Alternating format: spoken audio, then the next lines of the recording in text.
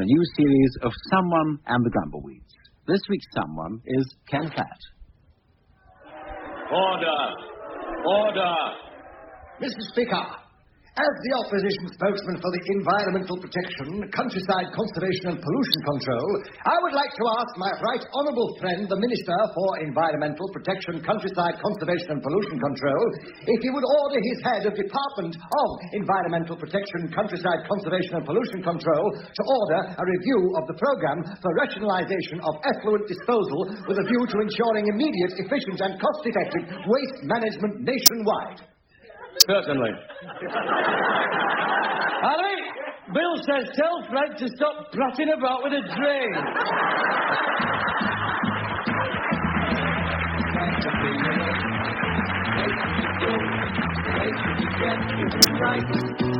Just the three of us doing the show, getting it right on the night. I'm Robin, and I'm handsome. And I'm Maurice, and I'm tall. I'm Graham, I'm ugly, I'm short, and I'm fat, and I'm bald as a billiard ball. And we interrupt this programme with news of a major ecological breakthrough. David Bellamy has successfully crossed a horse chestnut with a rubber plant.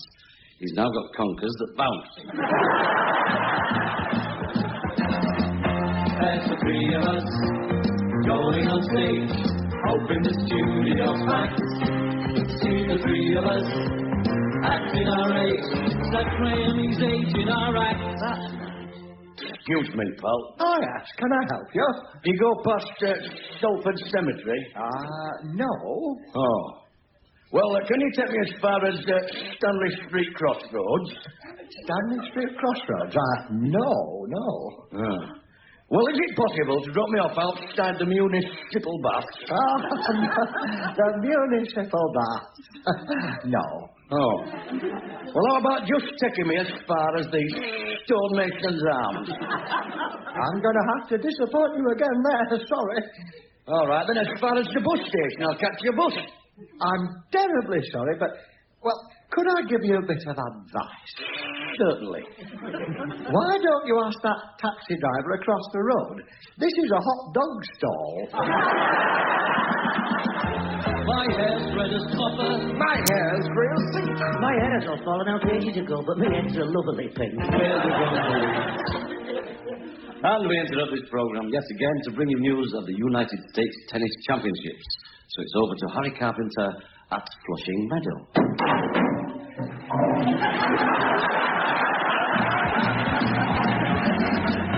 There's the three of us doing the job, taking the knocks on the chin. Yes, the three of us, Graham and Rob, Graham, Maurice and Robin. Good morning, sir. Can I help you? Oh, yes, please. I want to buy a little winter coat for my little doggie. Certainly, sir. What size? Oh, I don't know its size. No. Oh, well, can you bring the dog in to be measured? Oh, no. I can't do that, no. Why not? I want it to be a surprise. Things coming through. I've heard that there's a lad. I'm Robin. I'm Maurice. He's Graham. Well, 2 out of 3's not bad. Trio, everyone needs half an hour with someone at the Grumbleweeds.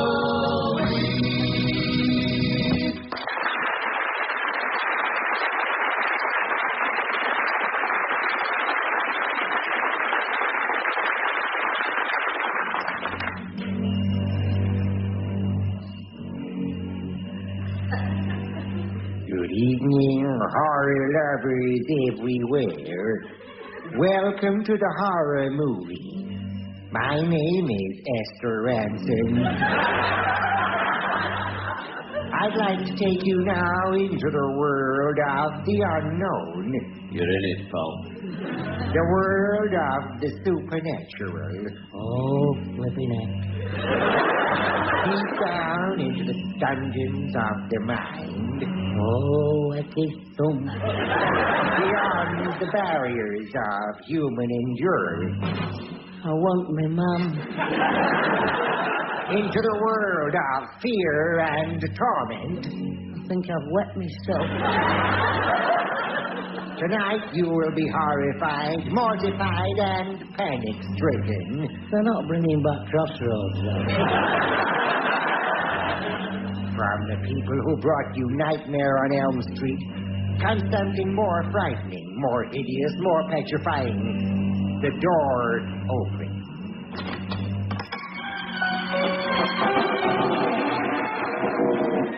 And the thing lurches into the room.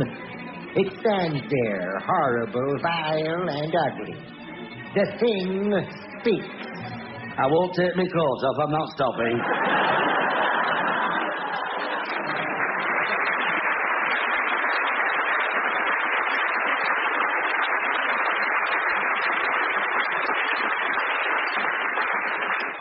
Oh, what a privilege. What a fantastic privilege to meet the one and only... oh, dear. Do you know, I know your name as well as my own. Well, I don't. I've seen him before, old gaffer, but I just can't put a name to the face. Go on, give us a clue. What sort of a clue would you like me to give you? Could you tell us what they call you? Yeah, big Wally rubbish. Wally Rubbish. You must be a relation of mine.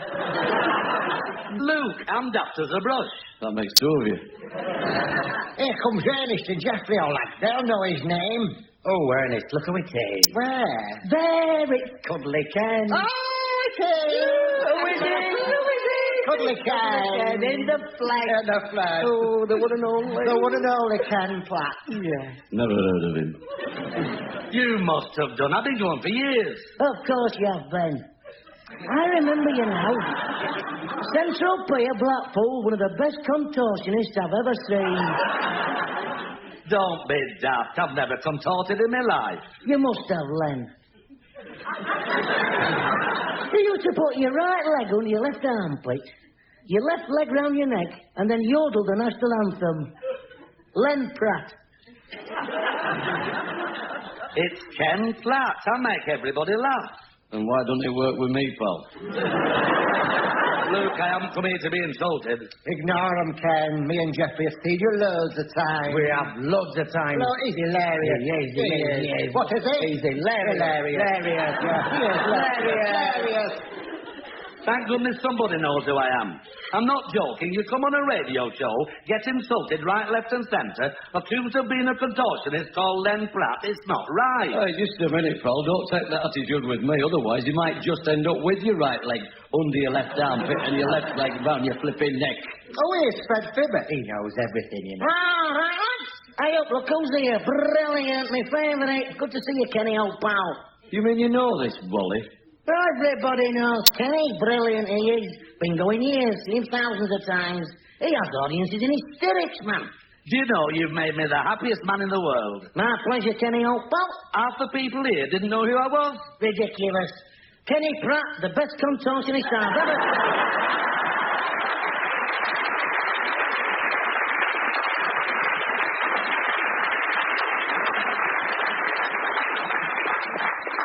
And welcome to Lancaster Gate, the headquarters of the Football League. Association. Pardon? Association. Oh, sorry.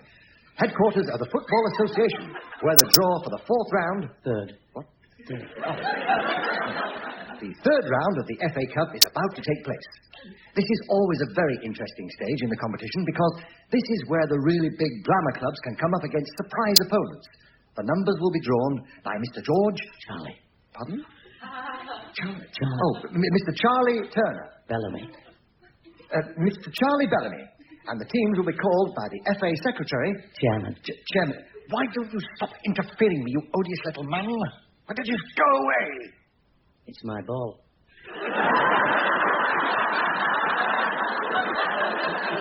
Oh, yes. Yes, quite right. Of course, yes. The atmosphere here is very tense. You could almost hear a pin drop. Sorry, I just dropped a pin. Any more from you, you horrible little man, you'll be thrown out of here. It's my ball. Yes, of course. Would you like a cushion? The draw is now about to take place. Number 34. Nottingham Forest Number 29. will play the Sid Lawrence Orchestra. This is a fascinating draw because the Sid Lawrence Orchestra have been playing very, very well lately. When I spoke to Sid earlier, he said whoever they got, the lads would win. 2-1, 2-1. We'll win. 2-1, 2-1. We'll win. 2-1, 2-1. We'll win. And now it's time to get your pencil and paper out as we present Grumbleweed Recipe Time with the famous German chef, Herr Lacker. Thank you, und hello, mein Herren und mein Kippers. Today, we are going to make the flatten and round pancaken. So, first we making the butteren. So we need the biggen bucket. And mixen open the butteren. Yeah. Splodgy, blodgy, blodgy, splodgy, oh dear, the wrong bucket. We have put the butteren into the bucket with the wallpaper paste.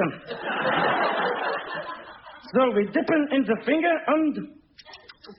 It's a good one. I shall use it for wallpaper the back and bedroom. So, we will now make the cherry caken. So we first add another bucket. And bungen in the flour. Bungen. And then bungen in the butteren. Boom. And the eggs in. Straight, look. 3 eggs. And the bacon. And the rubber gloves. Oh dear, never mind. We're mixing in the rubber gloves. Mixing noise. We need the cherries. Cherries? Where are you? Come on, cherries. Come to Otto. Hey, the cherries. There they are on the training board. Come here.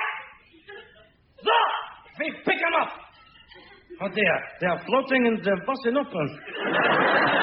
Never mind, picking out and sticking in a cake and bring to oven them. Strike the match and voila!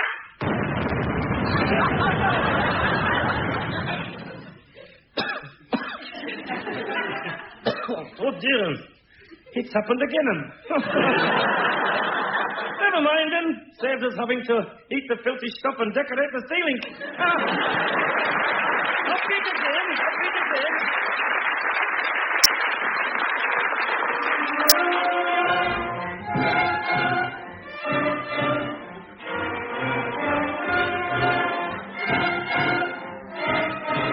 And welcome once again to a special edition of Music for the Masses from me, Ernest. And me, Geoffrey. And before we go any further, Geoffrey, can I thank you for my lovely, lovely birthday present? Did you like it, Ernie? Like it. I love it.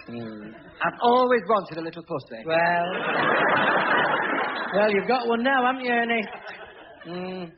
I take it everywhere with me, Geoffrey. Oh. Down to the laundrette, to my needlework classes, to the health food shop. Oh, lovely. Do you carry him in your arms, Ernie?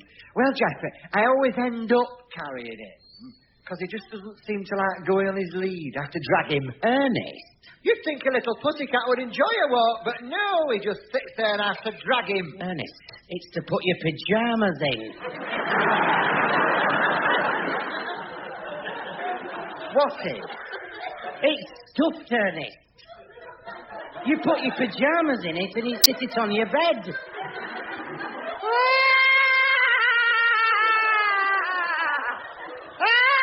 Geoffrey, what am I? I'll tell you. Not my own legs at playtime. I've been dragging it round Tesco's all morning. Oh, you silly pink rocker. Didn't you know? No, Geoffrey, it's so lifelike. But you must have seen the zip under its tummy. Yes, I know, but I thought it had an operation. Ernest, they don't put zippers on after operations. Oh, yes, they did on my Uncle Percy.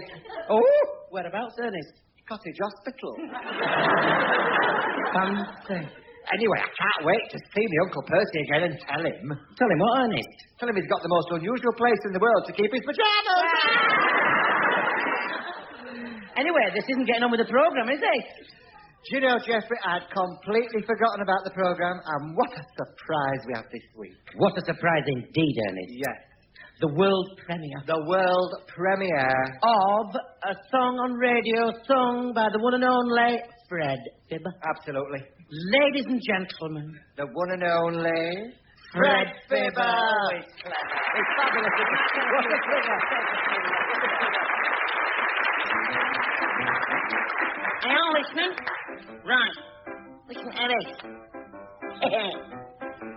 Now, my name is Fred Fibber. Everybody's heard of me. There is never a day goes by when I'm not on TV. I'm always on the front page of your paper, as you know. And I've got my own Fibber channel on the radio. Fred Fibber, statesman, sportsman, scientist, star and saint. You've heard of all these lads before, but here is one you ain't. I'm Frederick the First, I am. Frederick the First, I am. Queen Elizabeth II's a fake. That Archbishop crowned her by mistake. I'm the rightful King Frederick. They snatched me from the old Queen Mother's pram. So I'm known as Fibber Frederick. Frederick the First I am. You get me? So this, bounce all kosher. Now, I was Prime Minister's right-hand man and a temporary pope. I played Arsenal on my own. Here, they didn't have an hope. It's me who split the atom, like, and when I split them, they stay split. I saved the world from Martians. Well, I like to do me bit. Elvis was really me, and I'm one of the Fab Four. And who wrote them Lloyd Webber shows? I did. And furthermore, I'm Frederick the First, I am. Frederick the First, I am. I will put my crown on just for an hour, but they keep it in the bloody tower.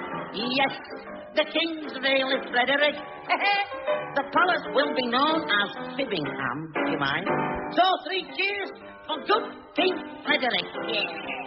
Frederick the First, I am. Pass me my scepter. Frederick the First, I am.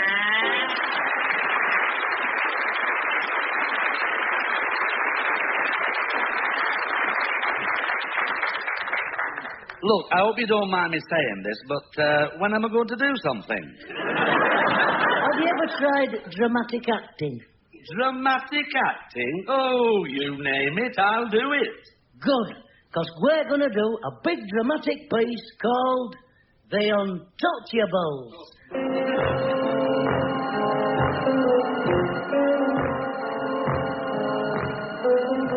During the days of Prohibition in America, the FBI decided to form an elite body of men dedicated to one cause, the capture and eventual conviction of the most dangerous mobster the criminal world has ever known, Al Capone.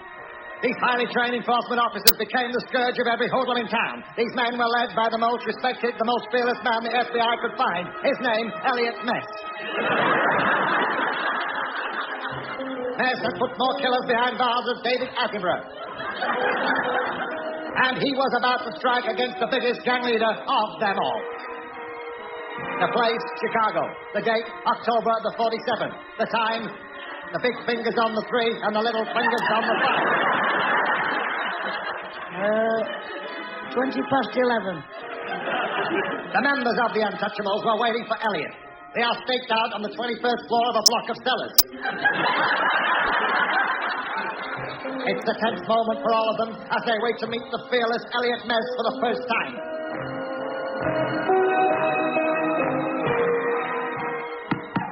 The pitiless, the unmerciful Elliot Ness.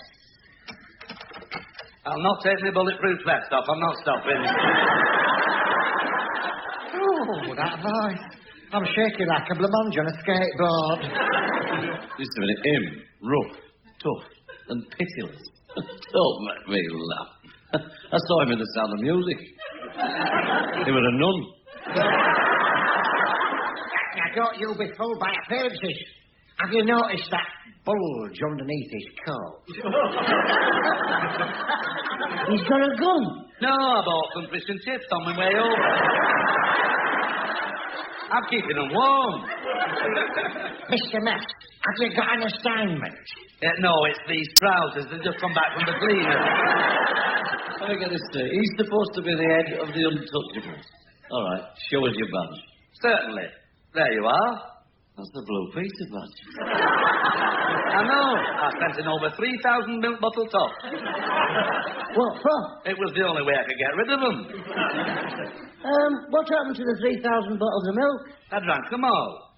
You drank 3,000 pints of milk, what for? Ian Rush said that if I didn't, I'd finish up playing for Accrington Stanley. We now know that Elliot Ness will not be playing for Accrington Stanley. This is bad news for the underworld, because it means... Why don't you just give it a rest, Tom? OK, I'll go and get something to eat. I've got some fish and chips here.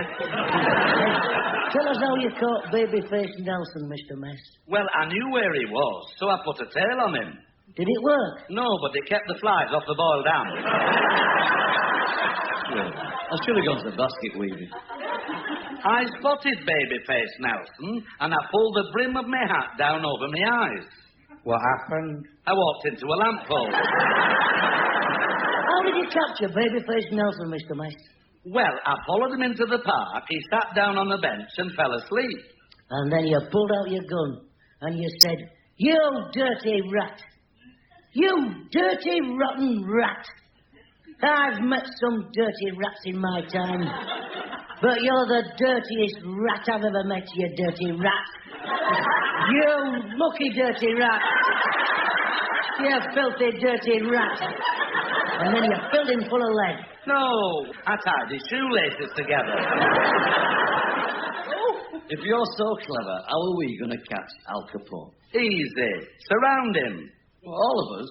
No, just you. How can I surround him on my own? With your mouth. It's big enough.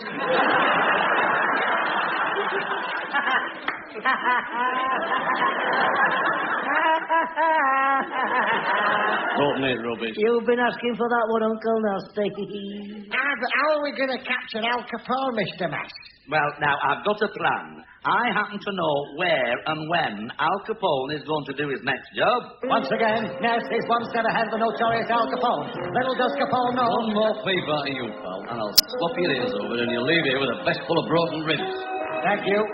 Now, as you don't know me very well, there's something you should know about for when we have other secret meetings. What's that? My secret knock. Secret knock?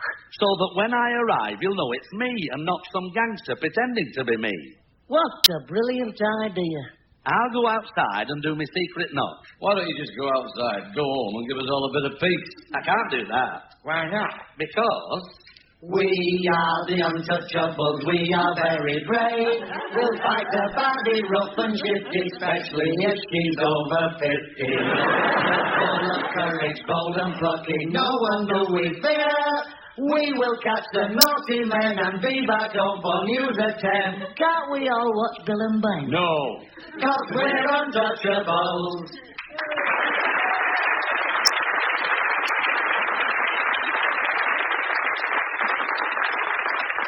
So now Elliot Ness has established that the members of his gang... I can't take any more of this, pal. This is it. Missed.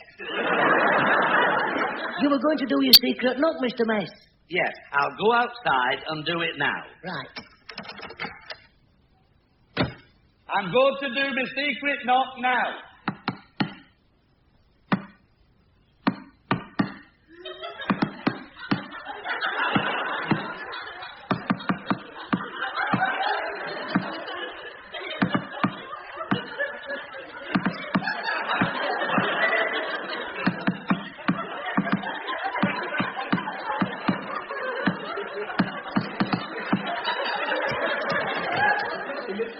I hadn't finished. Sorry. I'll go outside and do it again. I've finished now. Can I come in? Mr. Math, you said that you know where and when Al Capone's going to do his next job. Yes, he did, didn't he? He did. He told us, yes, he did. Told us? Well, it's the most daring, the most cheeky job he's ever done. Ooh, what's he going to do? Oh, yes, what is he going to do? Rob the police. Rob the police. Rob the Did you police? hear what he said? Rob the police. He won't. No, he'll never get away with it. No, he won't ever get away with robbing the police. The police? Oh, won't he ever get away with robbing? The police. The police. The police. The police. He'll never get away with it. Oh, yes. We're too clever. We are. Now, I want you all to look at this photo of Al Capone so that you'll know him when you meet him. Have a look. Oh, what a wicked face. Oh, it's evil, that face. It's evil. Cruel. Cruel as well, yes, cruel. And horrible. And horrible. Horrible. Hey, up. It's you. I know. Stick 'em up. Let's have your wallets and your loose change. I just can't be trusted. Oh, we've been your now. Oh, it's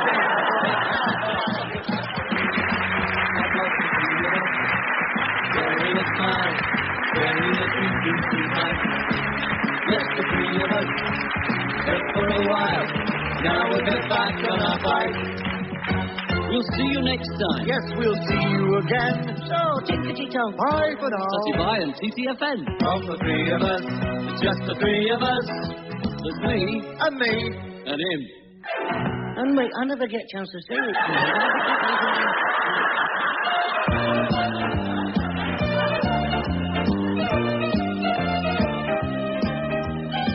You have been listening to Someone and the Grumbleweeds. Graham, Maurice and Robin were the Grumbleweeds, and me, daft as a brush, Ken Flat, was Someone. Music was provided by Dave Collett, Perry Duke and Andy Marbles, with lyrics by Jeremy Brown. The script was by Eddie Braben, Ron McDonnell, John Brown, Richard Jones and the producer, Mike Craig, who didn't take his coat off because we sent him home hours ago. Ta-ra! And you can hear a repeat of that program on Saturday at 1 p.m.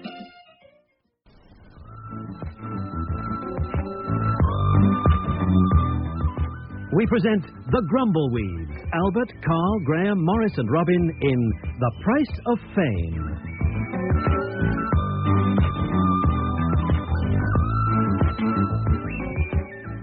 Hey! Listen to this. What's that, Wilfred? This in the paper. Listen. There's a man in Sheffield eating a steamroller. Elliot G, a steamroller. That's incredible. There's no justice in life, is there? What do you mean, Melanie? There's a fella there can eat a steamroller, and I have trouble with a ginger biscuit. It's taken him 35 years. Yeah, that's just about how long it'd take me to eat a ginger biscuit. What he's done is dismantle it, grind it up into a metal dust, and sprinkle a teaspoonful on his cornflakes every morning. That's brilliant. And now he's famous. What's he going to eat next, I wonder? Well, he wants to have a go at Nelson's column. It's amazing what some people will do to get in the papers.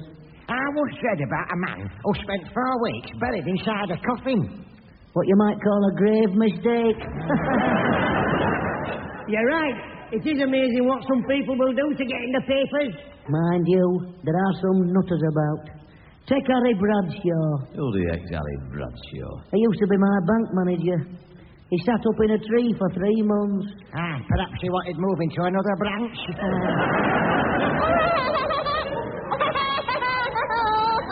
I think that's hilarious.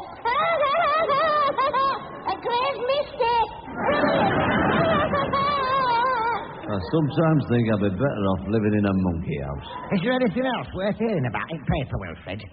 Wilfred, Ratface is talking to you. Oh, sorry. I was miles away. I was thinking. What were you thinking, Wilfred? I'm a failure. Will Grimshaw is a failure. You're not a failure, Wilfred. Oh, yes, I am, Melanie. I haven't done anything that's worth putting in the papers. Of course you have. I haven't. You have? You nearly ate all your cornflakes this morning. No, not that. I haven't made me mark like that fella who's eating the steamroller. Don't you understand? When it's my turn to go, nobody'll know I've been. Where are you going, Wilfred? I'm not going anywhere. What what I mean is, when I'm not here anymore, people who didn't know who I was before I wasn't won't know who I am when I'm not. I mean, you see, lots of people, when they're gone, are known by other people because when they weren't gone, they were known by people because when they were here, you see, when you've gone, you're not here. And if people don't know you before you've gone, they won't remember you after you're not here because, well, basically, I think you know what I'm trying to say. What are you trying to say, Wilfred? I've forgotten what the question was. You were saying, Wilfred, that you were a failure and you hadn't made your mark. I think I know what Wilfred means, old gaffer, because I'm the same. He wants to do something in his life that'll separate him from the rest. Yeah, that's it. I want to go down in history because of what I've done. What's he going to say on my gravestone? With a bit of luck, had his ear swapped over by me in about 10 minutes. Now, don't be unkind, Uncle Nasty. What is it you want to do, Wilfred? Everything. Surely I can do something that'll get my name in the papers. Throw yourself under a bus. I can sympathise with you, Wilfred. I mean, I'm an old man now, and what have I done with my life? Nothing. Absolutely nothing. But I've never hurt anybody. I've always been kind to people and animals. I've mended hundreds of broken wings on little birdies I've found in garden. I've nursed back to health lots of poorly animals. Do you know, I once mended a little doggie's broken leg. I'll never forget the look of appreciation on his face when I took off the bandage. Money can't buy moments like that. Oh, dear. It brought tears to my eyes, it did. Oh, dear. I've lost count of the number of stray cats I've taken in. I've brought dozens of little kittens into the world. I've fed them. I've loved them. That's all I could give them. Love. I had no money. I've never hurt a living thing, I haven't. I can remember when I was a lad being given a blind tortoise. I stuck a pair of my dad's old spectacles over the front of its shell and it was as right as rain. Oh, you deserve a medal, you do. Somebody should tell somebody. Then there was that time I nursed a deaf hamster. Oh, I think you're wonderful, Raffy. So do I. There ought to be more people like you in this world. Well, you are what you are. I can't help being an old softy. Do you know, only last year a little girl came to me sobbing her heart out. She brought a lovely pet rabbit, Fluffy. It was in a right state. So I said, leave it with me, darling, and she did. Oh, lovely. And you kept it warm, did you? Gave it some nourishment and gradually brought it back to a complete recovery. No, I wrung its neck and had it for my dinner. For crying out loud, fuck it in. I'm sick of hearing about blind tortoises and deaf hamsters. You've been telling me next you had a goldfish with a limp.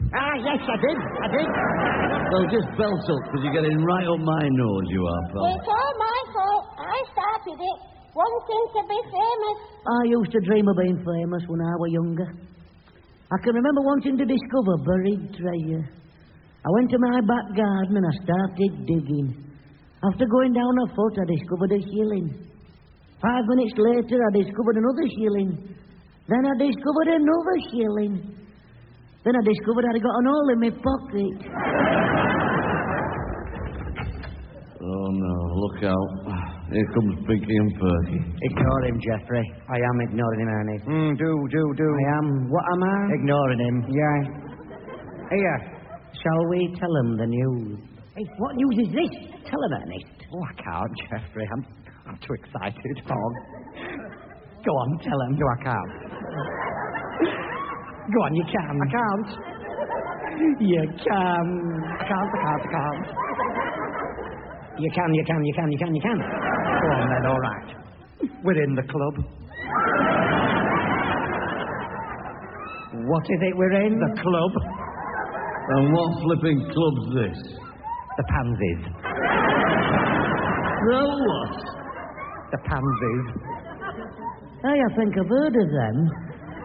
Yes, so have I. We've wanted to join the Pansies for years, haven't we, Ernie? Oh, we have, Geoffrey. What is it we wanted to join for years? The Pansies.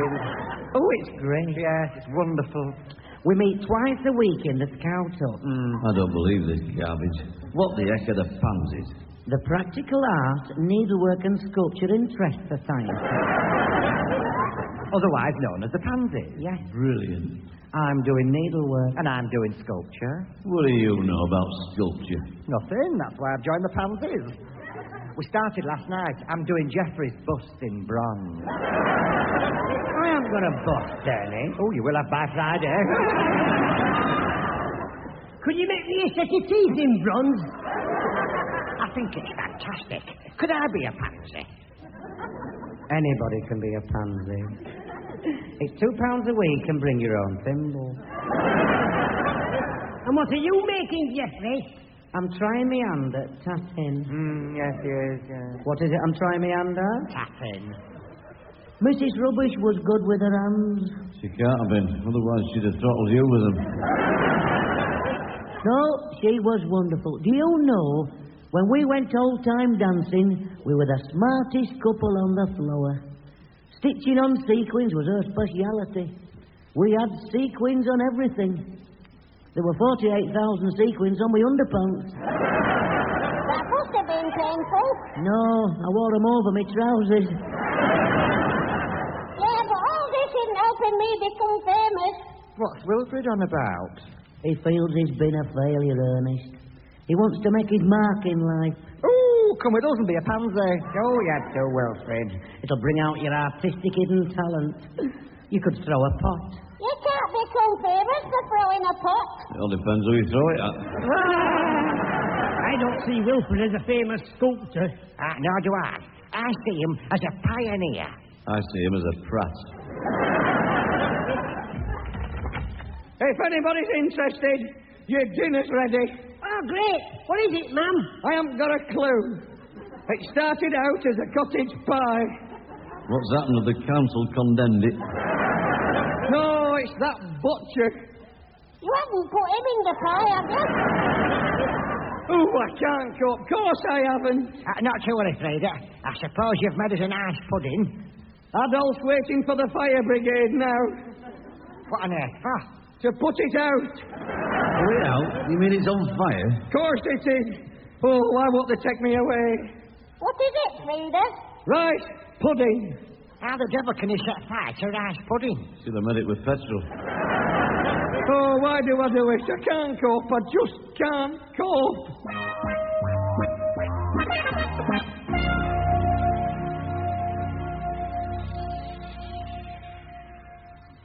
You see, that's it in a nutshell, Fred.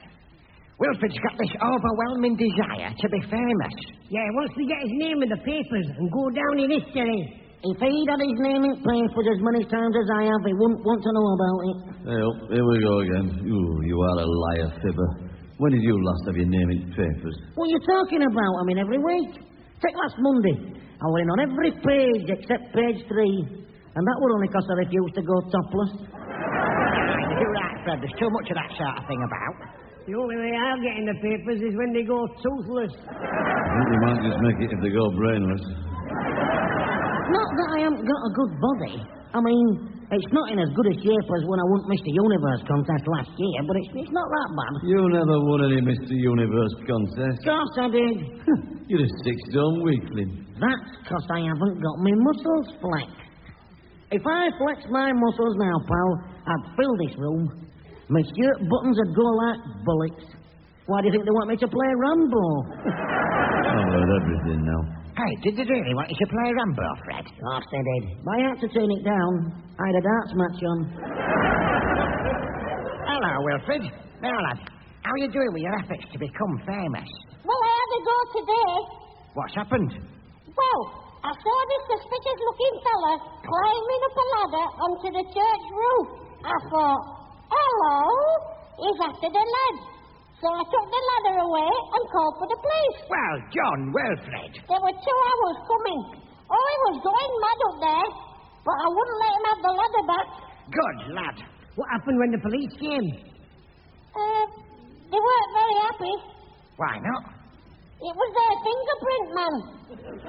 Somebody pieced the leg yesterday.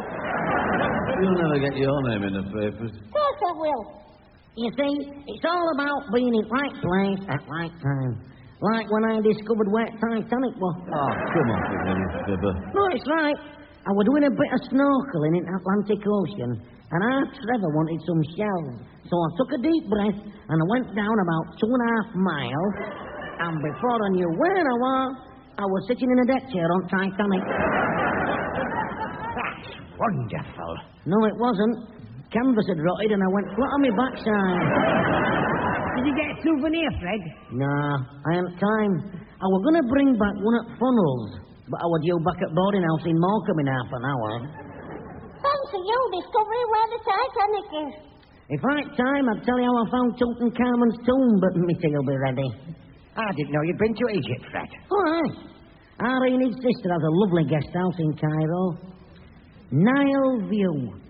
Pyramid Drive. It's just off a promenade. Very, very nice, it is. Very, very nice, tell your mother. 350 piastres a week and use of cruet. You must be able to think of a way I can get famous, Fred. Why don't you do something scientific? Drink a pint of sulfuric acid. Have you been a bit of a scientist then, Fred? You what? Bit of a scientist? You're joking. It was me who split the first atom. Oh, go on, fibber. I can't take anymore. It's right. How do you split atoms, Fred? There's lots of ways of splitting atoms. You can stamp on them with your foot. Or you can put in a vice and tighten them till they crack. But I usually do them with my teeth. You know with me trying, then.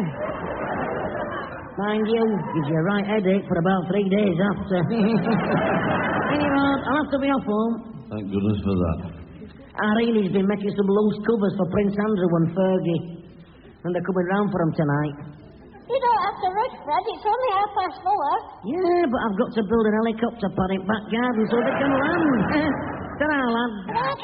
Good riddance. He's brilliant, this Fred Fibber. He is. I wonder if Tutankhamun was buried with a spare set of teeth. He's inspired me, Fred. I'm going to do it, you know. I'm going to get my name in the papers. I'll do it tomorrow. Yep, that's it. By hook or by crook, tomorrow's going to go down in history as my lucky day.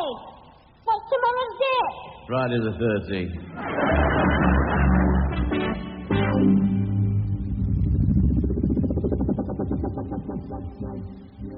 What time is it, Melanie? 3:10.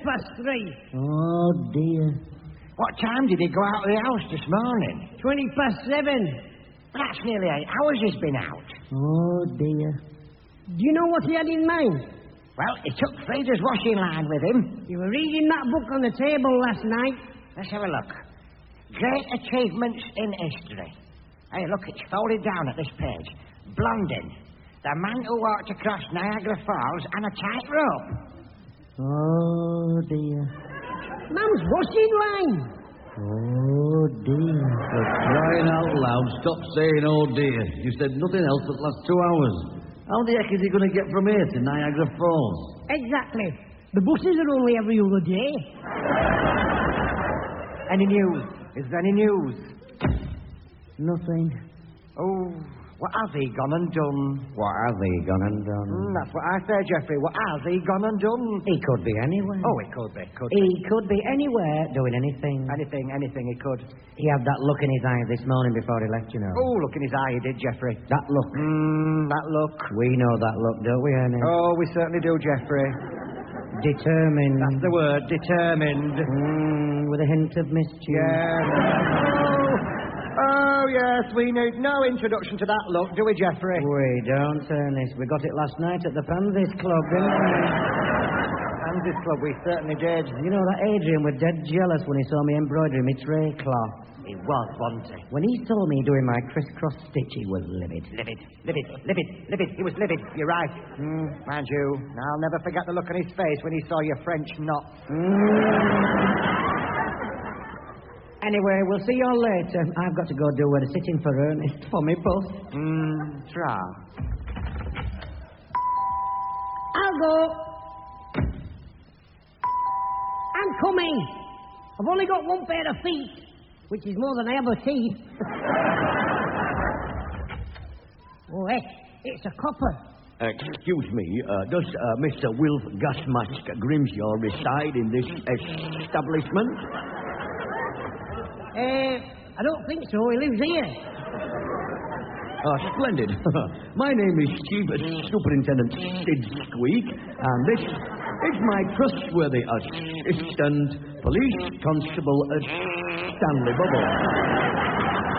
That's right. How do you do, you say? I think you'd better come in. Oh, how civil of you. Follow me. Very nearly.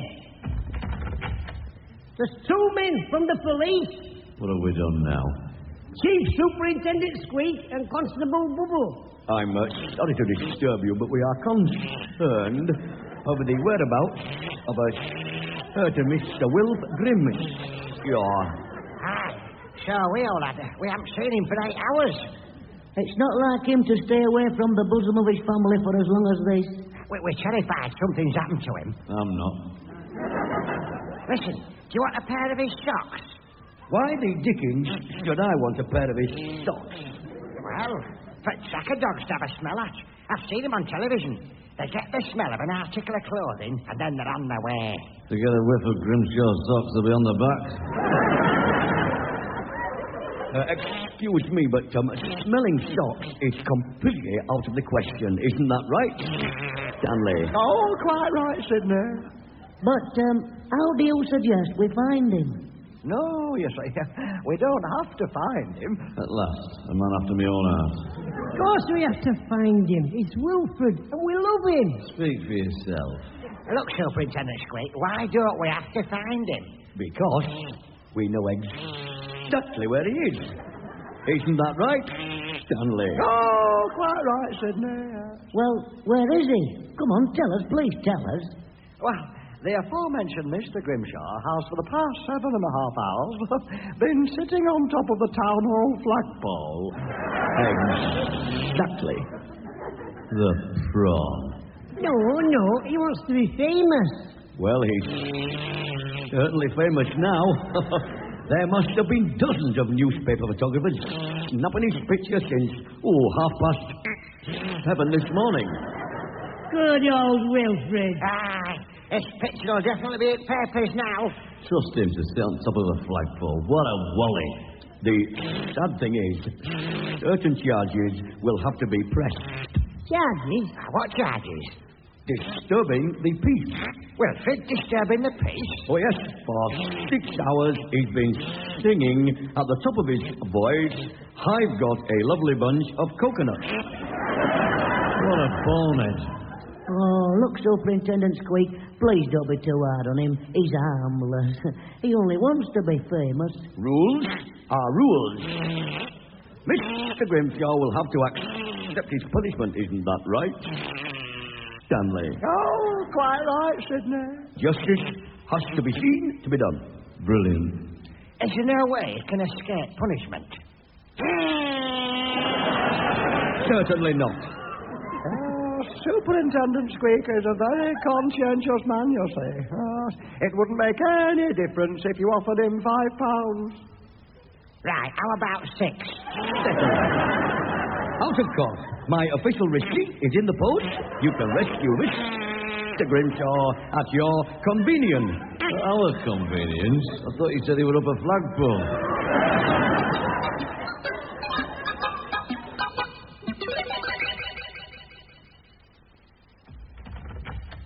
Good morning, everybody.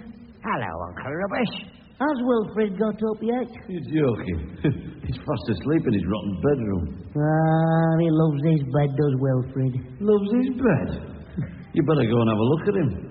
I think staying on top of that flagpole has gone to his head. How Debbie do you mean? Well, he's stuck a brush handle in a knothole in his floorboards and he's perched on top of it, snoring his head off.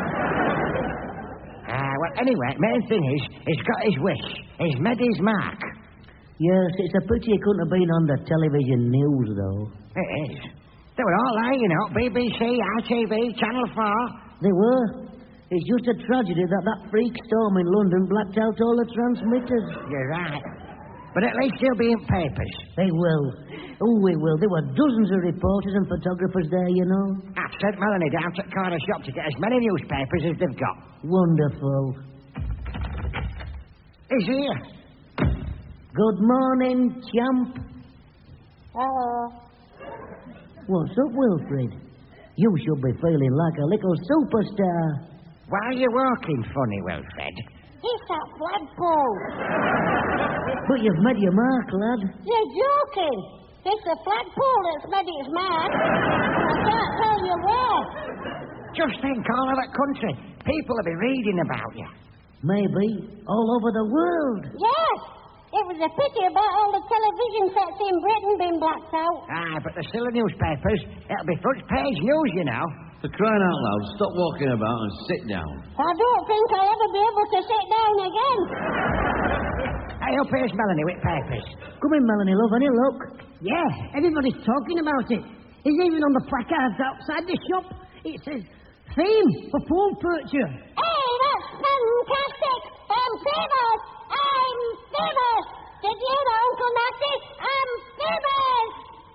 Say something, Uncle Nasty. Drop dead. Right, let's see these papers, Melanie. Yeah, let's see 'em. Oh, I'm ever so excited. Oh, calm down. Hey, look here.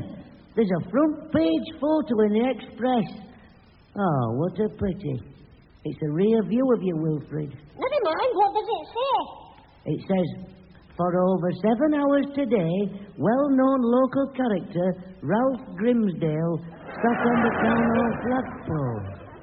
They've got my name wrong. Oh, well, never mind. There's plenty more papers. Yeah, here's another. Hey, look at this. Another front page picture. Oh, yes. Oh, you can have a second from the back. Let's read it. Oh, here we are. It says, for over 7 hours today, well-known local character Phil Milshaw sat on the town hall flagpole. Phil Milshaw? They got my name wrong again. Here we are. Here's another. Ah, this is a good picture. Ah, it's another view from back. Does it mention my name? Ah, yes, here we are. For over 7 hours today, well-known local character Will Plimshaw. Oh, dear. They've all got my name wrong. Here's one. What am I in that? Jill Crawshaw. Here's another. Let's see. Oh, no. Who am I? Wally Chubshaw. Serves you right. Hey, now then, here's the local paper. Ah. Now, they won't have got your name wrong. Oh, no, because I'm well known round here. It's on front page as well. With a photograph. Oh, dear. They've cut your head off. I don't believe it. Just a minute, it says full story on page 6. Ah. Here we are.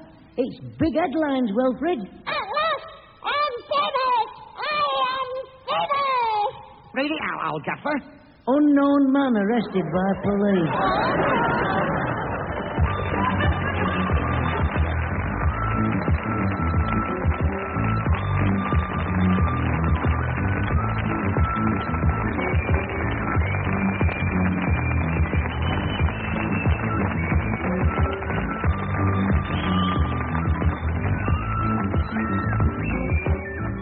You have been listening to The Price of Fame, starring the Grumbleweeds, Albert, Graham, Maurice, Robin, and me, an unknown man. The Price of Fame was written and produced in Manchester by Mike Craig. He must be famous because I've just said his name. Why can't I be famous? I've always wanted to be famous, but I'll never be famous.